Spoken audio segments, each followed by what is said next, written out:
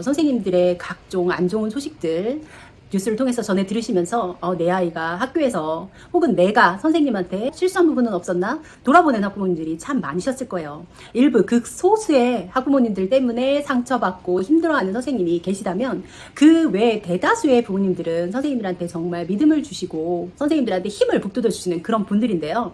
이 일련의 사건들을 겪으면서 선생님도 상처가 드러났지만 학부모님들도 어쩔 수 없이 상처를 받게 되셨을 거예요.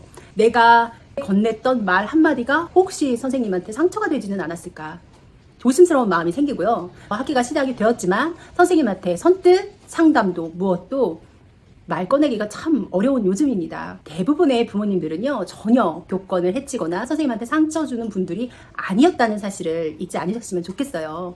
일부의 학부모에 대한 이야기니까요. 선생님들한테 상담을 한다거나 아이와의 교육을 상의를 할 때 여전히 우리는 아이, 선생님, 학부모 이렇게 3주체가 서로 협력을 해야지만 아이들에게 더 나은 교육을 할 수 있다는 것을 잊지 않았으면 좋겠습니다. 그 교육의 효과를 가장 잘 드러내기 위해서는요, 선생님들과 협력을 잘 해야 될 텐데요. 어떻게 하면 선을 넘지 않으면서 제대로 된 협력을 할 수 있을지 오늘 그 방법을 알려드리려고 합니다. 교육부에서 교원의 학생 생활 지도에 대한 고시를 내놓았습니다. 선생님들이 좀 더 아이들에게 확실하고 권위 있는 교육을 할 수 있는 방안을 제시를 했는데요. 이거 우리 학부모님들도 알아야 됩니다. 어떻게 해야 선을 넘지 않고 선생님과 적절히 협력하면서 우리 아이한테 최대한의 효과 있는 교육을 할 수 있을지 이걸 알아보면서 하나씩 따져보자고요. 매번 선생님한테 전화하기도 힘들고 상담하기도 어려웠었던 분들을 위해서요. 기준을 드리는 거니까요. 아리송할 때는 이 기준을 생각해 보세요. 선생님과 관계가 잘 이어지고 있는지 체크해 보시는데 도움이 되었으면 좋겠습니다. 교육부에서 제시한 학생생활 지도를 제대로 하기 위한 방안에 대해서 설명을 드릴게요. 우리가 생활 지도의 범위, 교사가 할 수 있는 생활 지도라는 것은 어떤 것이 들어가는지를 먼저 알아야지만 선생님과 이 부분을 상의할 수 있겠죠. 교원이 할 수 있는 생활 지도에는요, 4가지 영역이 있습니다. 첫 번째, 학업 및 진로입니다. 두 번째는요, 보건 및 안전입니다. 자신 또는 타인의 건강에 영향을 주는 행위라든지 건전한 성장과 발달에 영향을 주는 행위에 대해서 생활 지도를 할 수 있습니다. 또한 인성 및 대인관계에 대한 생활 지도도 이루어집니다. 전인적인 성장을 위한 품성 및 예절에 대한 생활지도, 언어 사용 및 의사소통 행위, 학교폭력 예방 및 대응, 학생 간의 갈등 조정 및 관계 개선에 대한 생활지도를 할 수 있습니다.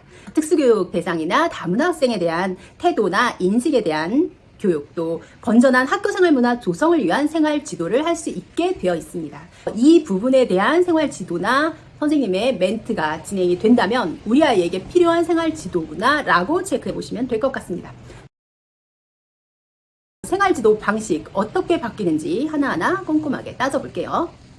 선생님은 학생의 문제를 인식하거나 보호자가 도움을 요청하는 경우 학생 또는 보호자에게 조언할 수 있습니다. 대신 학생의 사생활에 대한 조언은 비공개를 원칙으로 합니다. 학교의 장과 교원은 학생의 문제 개선을 위해서 전문가의 검사나 상담, 치료를 받을 수 있다는 말을 보호자에게 할 수 있게 변화됩니다. 혹시라도 선생님이 학교 생활에서 지켜보시고 상담이나 치료, 검사가 필요할 경우는 조언을 할 수 있으니 이 부분은 건전한 생활지도에 해당된다는 것을 인식하셔야 합니다. 두 번째는요, 상담을 할 수 있는데요. 교원이나 학생, 보호자들이 필요에 의해서 상담을 함께 진행할 수 있습니다. 학생의 문제를 해결하기 위해서 원인 분석이라든지 대안 모색 등에 필요한 경우 누구든지 먼저 상담을 요청할 수 있는데요. 상담은 수업시간 이외의 시간을 활용해서 진행이 됩니다.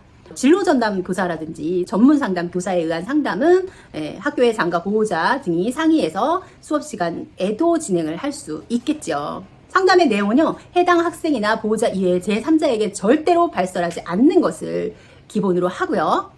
누구든 교육 주체가 서로에게 필요해서 상담을 요청할 경우 이에 응해야 되는 의무가 있습니다. 부모님이 생각하실 때 아이한테 상담이 꼭 필요하다라고 요청을 하면 선생님은 그 상담에 반드시 답을 해야 된다는 거죠. 대신 그 시간을요, 사전의 목적이나 일시 방법 등을 합의해서 정해야 되고요. 직무 범위를 넘어선 상담은 가능하지 않습니다. 또한 근무 시간 이외의 상담은 불가하니까요. 되도록이면 근무 시간 안에 아까 말씀드렸던 생활지도의 범위 안에 들어있는 상담의 내용을 가지고 상담을 하시면 도움이 될 것 같습니다. 보호자가 폭언이나 협박하거나 폭행을 하는 경우는 즉시 상담이 종결될 수 있으니까요. 이런 부분은 알고만 계시면 될 것 같아요. 학생의 행동이요. 학교 안전이나 교내 질서 유지를 저해할 소지가 있는 경우에 학생에게 그 위험성과 규칙 위반 가능성을 지적하거나 경고할 수 있습니다. 선생님이 그 부분에 대해서 경고를 했다고 했을 때 이 부분은 선생님이 생활지도를 충분히 할 수 있는 부분이구나 라고 알아두시면 좋겠네요. 또한 아이들이 굉장히 예민한 휴대전화에 대한 문제 있습니다. 수업 중에 휴대전화를 사용하거나 기타 수업에 부적절하게 사용하는 경우에는요. 일단 학생에게 주의를 줄 수 있고요. 그 다음에는 훈육이나 훈계도 할 수 있게 됩니다. 교장 선생님이나 선생님이 주의를 주었는데도 불구하고 학생이 이를 무시해서 발생한 학생의 인적, 물적 피해에 대해서는 학교의 장과 교원에게 책임을 물을 수 없다고 하니까요. 아이들이 스스로 조정할 수 있는 힘을 길러야 할 것으로 보입니다. 학교의 장과 교원이 조언 또는 주의로 학생에 대한 행동 중재가 어려운 경우에는요. 지시나 제지, 분리, 물품 분리 보관 등의 방법을 사용할 수 있습니다. 휴대폰을 아이들한테서 받아서 보관할 수 있게 되는 거네요. 학생의 바람직한 행동 변화를 위해서 노력하도록 특정한 과업을 부여하거나 특정한 행위를 할 것을 지시할 수 있습니다. 학칙에 금지된 행동을 했을 경우에는 이를 즉시 중단하도록 말로써 제재할 수 있고요. 다른 사람의 생명이나 신체에 위해를 끼치거나 재산에 중대한 손해를 끼친 경우에는 긴급한 경우 학생들을 물리적으로도 제재할 수 있습니다. 이때 다른 학생이나 교직원들의 도움을 받아서 이를 해결할 수 있게 변화가 되었네요.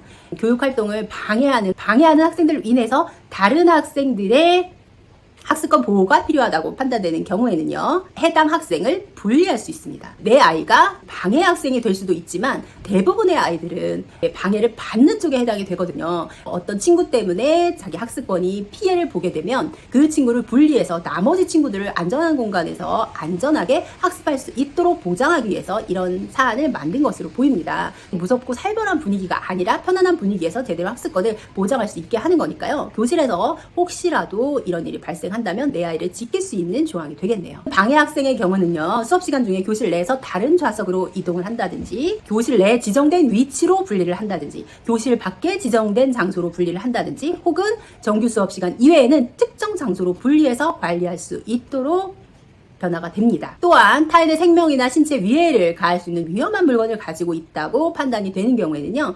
교사가 소지 물품을 조사할 수 있습니다.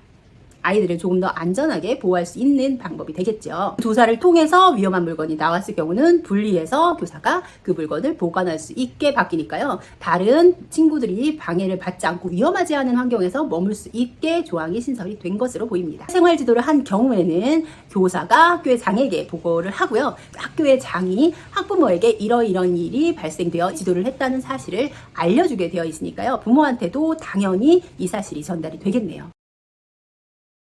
이런 친구들이 선생님의 말을 듣지 않고 제지를 듣지 않고 하는 경우에는 훈계할 수 있습니다. 바람직한 행동의 개선 방안을 함께 제시하면서 훈계를 하게 되는데요. 이 훈계 과정에는 문제 행동을 해결하기 위한 대안 행동이라든지 성찰을 위한 반성문 작성이라든지 훼손된 시설과 물품에 대한 원상 복귀 혹은 청소 등을 포함해서 진행됩니다. 반에서 어려움을 주고 친구들에게 방해가 되는 학생들이 이러한 단계를 거쳐서 생활지도를 받을 수 있도록 체계적으로 변화가 되었다고 보여집니다. 그런데요, 이거는 고시라서 학교에서 그 학교 실정에 맞게끔 학교의 장과 학부모, 선생님들이 3주체가 모여서 상의를 한 다음에 학교 내 규정으로 그 학교마다 다르게 정해서 활용할 수 있거든요. 10월 31일까지는 그 방안이 마련이 돼야 하기 때문에 학부모님들한테도 의견을 물을 기회가 있을 거예요. 그때 어떤 식으로 하면 좋겠는지 의견을 확실하게 내주시면 선생님들이 아이들을 지도하는 데 조금 더 도움이 되지 않을까 싶습니다. 예를 들어서요, 수업 시간에 교실 밖에 지정된 장소로 분리를 할 때 어디가 좋을지 계속 지도를 했는데도 불구하고 교육활동을 방해하는 경우에는 학생을 지도 감독할 수 있는 개방된 교실 앞문 밖에 복도에 머물게 하는 방법도 있고요. 혹은 지정 장소에 수업시간 종료 시까지 머물게 하는 방법도 있습니다. 이때 아이들에게 행동 성찰문이나 교과서 요약 등의 과제를 부여해서 그 과제를 반드시 맞출 수 있도록 하는 방법도 있고요. 정규 수업 시간 이외에 특정한 장소로 만약에 분리를 해서 아이를 지도한다라고 하면요. 예를 들어 수업 시간에 지각해서 교육활동을 방해하는 경우에는 교실 등에서 교과서 요약 등의 과제를 부여할 수 있고요. 또 이렇게 지도를 했는데도 잘 따르지 않는 경우에는 뭐 지정 장소에서 몇 분 이내로 행동 성찰문들 학부모에게 지도 시간과 사유를 사전에 통지한 다음 과제를 부여할 수 있는 방법을 정하게 되는 거죠. 아이가 소지하지 않아야 되는 물품을 계속 소지하는 경우에는요. 1회차에는 주의를 실시하고 2회차에는 주의와 함께 분리보관할 수 있음을 알려주고 3회차에는 주의를 2회 이상 주었음을 알려주고요. 물품을 분리보관하며 수업 종료 후에 즉시 되돌려주는 그런 방법이 있겠죠. 이렇게 자세한 사항은 학교마다 결정을 할 거예요. 이런 부분들에 대해서 좋은 의견이 있고 좀 더 바람직한 방향으로 나가고 싶으시다면 학교에서 오는 알림문을 잘 보시고 이때 의견을 반영해 주시면 좋을 것 같습니다. 우리 아이가 조금 더 안전하게 생활지도를 받고 수업 시간에 집중해서 공부할 수 있도록 하기 위해서 지금 선생님들도 이렇게 노력을 하고 있고 교육부에서도 고시안을 제시를 했는데요. 아이들이 위험한 행동, 좋지 않은 행동을 하는 친구들 때문에 분위기가 굉장히 어려워져서 아이들도 어떻게 해야 될지 모르고 피해를 당하는 경우가 있는데요. 이런 경우가 생기지 않도록 이런 부분들을 부모님들이 잘 알고 계셔서 이런 일이 발생했을 때 생활지도를 할 수 있다는 것을 아이들에게도 알려주시고 함께 인지해 주시면 좋을 것 같아요. 선생님들을 많이 어려워하시고 선생님들한테 괜히 상처 줄까봐 혼자 고민하고 계시는 부모님이 계시다면 너무 걱정하지 않으셨으면 좋겠습니다. 선생님들이 바라는 거는요. 아이들을 잘 가르치고 싶고 아이들한테 좋은 영향력을 주고 싶은 거니까요. 이런 부분을 이미 걱정하고 계시는 부모님이라면 선생님한테 상처를 주지는 않았을 거라는 생각이 드네요. 그러니까 너무 선생님을 어려워하지 마시고요. 적절한 범위에서 적절한 시간에 적절한 내용에 대해서는 충분히 상담도 하시고 선생님과 함께 아이를 끌어가는 동반자로서 노력할 수 있었으면 하는 바람이 듭니다. 학부모님들도 선생님들도 굉장히 상처를 많이 받은 2023년 여름이 아닐까 싶은데요. 이것을 계기로 해서 조금 더 좋은 환경, 좋은 분위기에서 우리 아이가 공부할 수 있는 기회가 된다고 생각하시고요. 조금 더 학교에 대해서 이해하고 관심을 가져주신다면 선생님들도 더 힘내서 아이들을 지도할 수 있지 않을까 싶습니다.